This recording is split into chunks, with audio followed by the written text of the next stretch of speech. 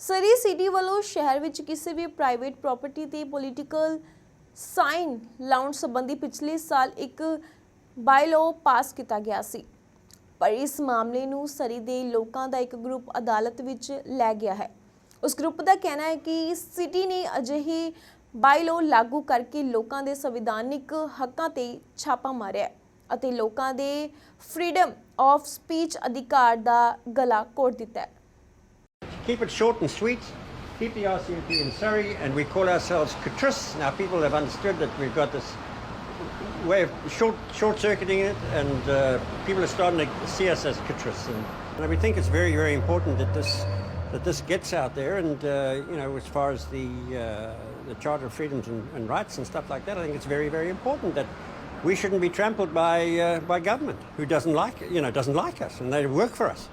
So, counsel for the city suggested that this was just a disagreement about interpretation and that in fact there was no ban on the posting of political signs in the way that we say there is.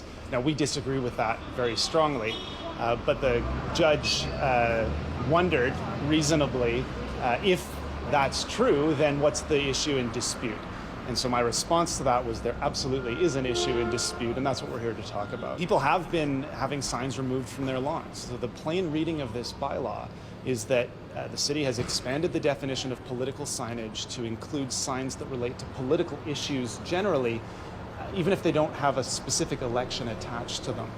And that on its face seems to ban certain kinds of political signs, and directly people have had signs removed from their lawns. To be a fairly clear violation of free speech. But as we all know, after the pandemic and lots of discussion about our Charter of Rights and Freedoms, our rights are not absolute. Governments can impose reasonable limits on our rights. So in order to justify this limitation, the City of Surrey would have to prove in court that they were first addressing a pressing and substantial problem. I'm not quite clear what that would be, except I suppose sort of public decorum. I'm not sure the court would interpret that to be a pressing and substantial problem. And then there would be a proportionality test. Are the means employed proportional to the objective? And again, I think the City of Surrey might have difficulty proving its case. So one of the examples that I made this morning is that under the terms of this specific bylaw, any flags that arguably communicate a message or political message are banned. So the way I read the bylaw is that even a rainbow flag in a shop window is arguably a political issue, and that's arguably banned under the terms of this bylaw.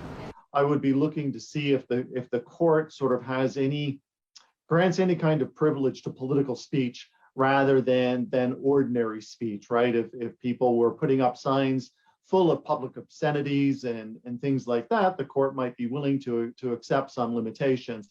I would rather suspect that they would be prepared to accept fewer limitations when it comes to political speech. So I'll be interested to see if they make a distinction between those two types of speech.